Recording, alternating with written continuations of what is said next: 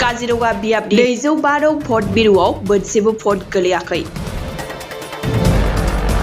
शुक्रबारखालि जानानै थांनाय लक सभानि गिबि खोलोबनि बिसायख'थि एबा भट आजावनाया जानानै थांबाय। गिबि खोलोबाव आसामावबो मोनबा लकसभा बियाबाव बिसायख'थि खुंदों। नाथाय गिबि खोलोबनि बिसायख'थियाव आसामनि मोनसे भट बिरुआव मोनसेबो भट गोलैयासै। हिंसा गैयालासेनो गिबि खोलोबनि बिसायख'थिया खुंजादोंब्लाबो रायजोनि मोनसे भट बिरुआव मोनसेबो भट गोलैयाखै। मिथिनो हानाय बादिब्ला काजिरङा लकसभा बियाबनि बेन्दोंआव थानाय 212 नं भट बिरुआव सासेबो भटारआ भट थुनो फैयाखै। 212 नं भट बिरुआ आसाम नागालेण्ड सिमनानि एहेक मेम'रियेल स्कुलावमोन। मख'नो गोनांदि बे भट बिरुआव गासै 25 भटारफोर दंमोन।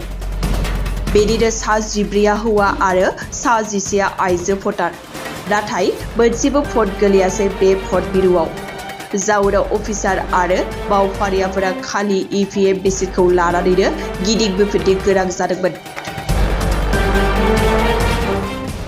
काजिरङा बियाबनि 212 नं भट बिरुआव मोनसेबो भट गोलैयाखै। शुक्रबारखालि जानानै थांनाय लक सभानि गिबि खोलोबनि बिसायख'थि एबा भट आजावनाया जानानै थांबाय। गिबि खोलोबाव आसामावबो मोनबा लकसभा बियाबाव बिसायख'थि खुंदों। नाथाय गिबि खोलोबनि बिसायख'थियाव आसामनि मोनसे भट बिरुआव मोनसेबो भट गोलैयासै। हिंसा गैयालासेनो गिबि खोलोबनि बिसायख'थिया खुंजादोंब्लाबो रायजोनि मोनसे भट बिरुआव मोनसेबो भट गोलैयाखै।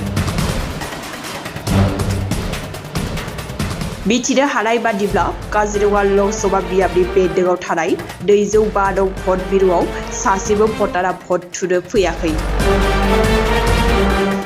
212 नं भट बिरुआ आसाम नागालेण्ड सिमनानि एहेक मेम'रियेल स्कुलावमोन। मख'नो गोनांदि बे भट बिरुआव गासै 25 भटारफोर दंमोन। बेनिनो 14 हौवा आरो 11 आइजो भटार। नाथाय मोनसेबो भट गोलैयासै बे भट बिरुआव। जाउनाव अफिसार आरो मावफारियाफोरा खालि इभिएम मेसिनखौ लानानैनो गिदिंबोफिननो गोनां जादोंमोन।